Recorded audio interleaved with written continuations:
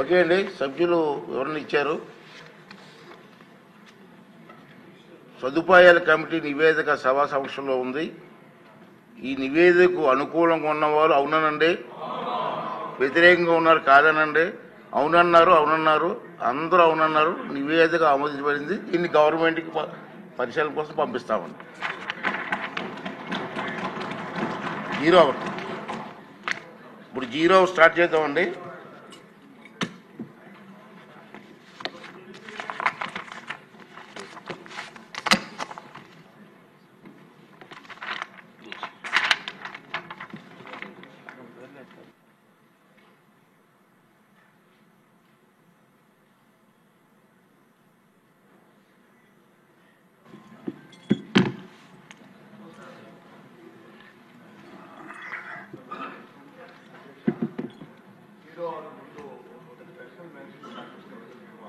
Okay.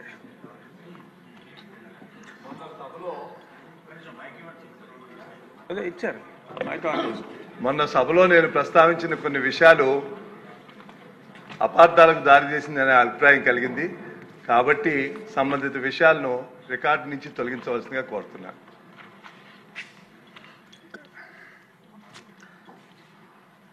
తప్పకుండా మీ అభ్యర్థనని speaker గారికి విన్నవించి తదుపరి చర్యలు తీసుకుంటాం.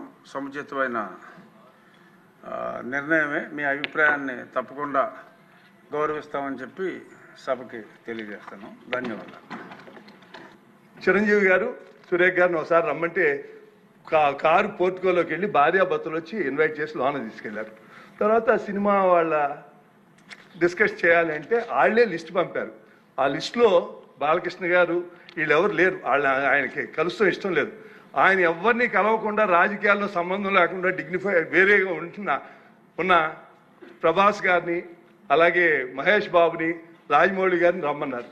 చిరంజీవి గారు వాళ్ళందరినీ రమ్మన్నారు. తనకు జరిగినట్టే ట్రీట్మెంట్ అని వాళ్ళు రామన్నారు. రావంటే కూడా బతిమాలి ఆయనకున్న మొహాటంతో వస్తే ఫస్ట్ షాక్ గేట్ దగ్గర కారు ఆపేశారు. అందరూ దిగి నమ్మన్నారన్నారు.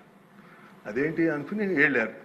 లోన సెకండ్ షాక్ ఇంత పెద్దాన్ని పిలిచి ముందు పోసాని మురళీకృష్ణ ఎట్టంటే అని కూర్చోబెట్టి అనుకున్నారు. మూడో షాక్ సీఎం గారు మిమ్మల్ని కలవట్లేదు, సినిమాటోగ్రఫీ మంత్రి వచ్చి మీకు చెప్తారన్నారు. అప్పుడు చిరంజీవి గారు కొంచెం గట్టిగానే ఏంటి మీరు పిలిస్తే మేము వీళ్ళందరినీ తీసుకొస్తే ఆయన రానంటారంటే వచ్చారు. వస్తే ఆయన మంచిగా పెద్దగా ఆయన ఒక రిక్వెస్ట్ చేస్తే, ఒక నిమిషం మీరు తండ్రి లాంటి వాళ్ళు సినిమా ఇండస్ట్రీని జాగ్రత్తగా చూసుకోవాలి, అది బయటికి రిలీజ్ చేసి ఎంత అవమానం చేశారని. ఇంతకన్నా సాడిస్ట్ మెంటాలిటీకి ఇంకేం ఎగ్జాంపుల్ కావాలి? వాళ్ళని అవమానం చేయాలా? వాళ్ళు బతుకాళ్ళు వాళ్ళు ఎవరు సంబంధం లేకుండా ఉన్నారు. ఇప్పుడు నందమూరి బాలకృష్ణ గారు మాట్లాడతారు. అధ్యక్ష, ఇందాక గౌరవ శాసనసభ్యులు కామినేని శ్రీనివాసరావు మాడుతూ అప్పుడు అందరూ ఇండస్ట్రీ కలవడానికి వెళ్ళినప్పుడు సైకో గారిని చిరంజీవి గారు గట్టిగా అడిగితే అప్పుడు ఈయన వచ్చాడంది అబద్ధం. గట్టిగా ఎవడు అడగలేదు అక్కడ. అది మీరు అన్నారు ఇందాక, ఏదో గట్టిగా అడిగితే ఈయన వచ్చాడు మళ్ళీ కలవడానికి, లేకపోతే ఏదో సినిమాటోగ్రఫీ మినిస్టర్ కలవమన్నారు అని. ఏంటంటే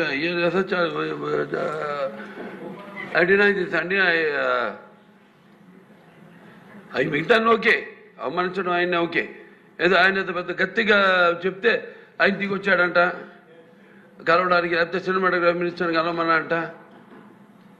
మనం కూడా నాకు ఇన్విటేషన్ వచ్చింది ఇక్కడ ఫిల్మ్ డెవలప్మెంట్ ఒక లిస్ట్ తయారు చేయమని. నాది 9వ పేరు వేశారు. అది ఎవరో ఈయన నేను అడిగాను కూడా, దుర్గేష్ గారిని కూడా అడిగాను, గౌరవ సినిమాటోగ్రఫీ మంత్రి కూడా అడిగాను ఎవడో అడిగేసిందని.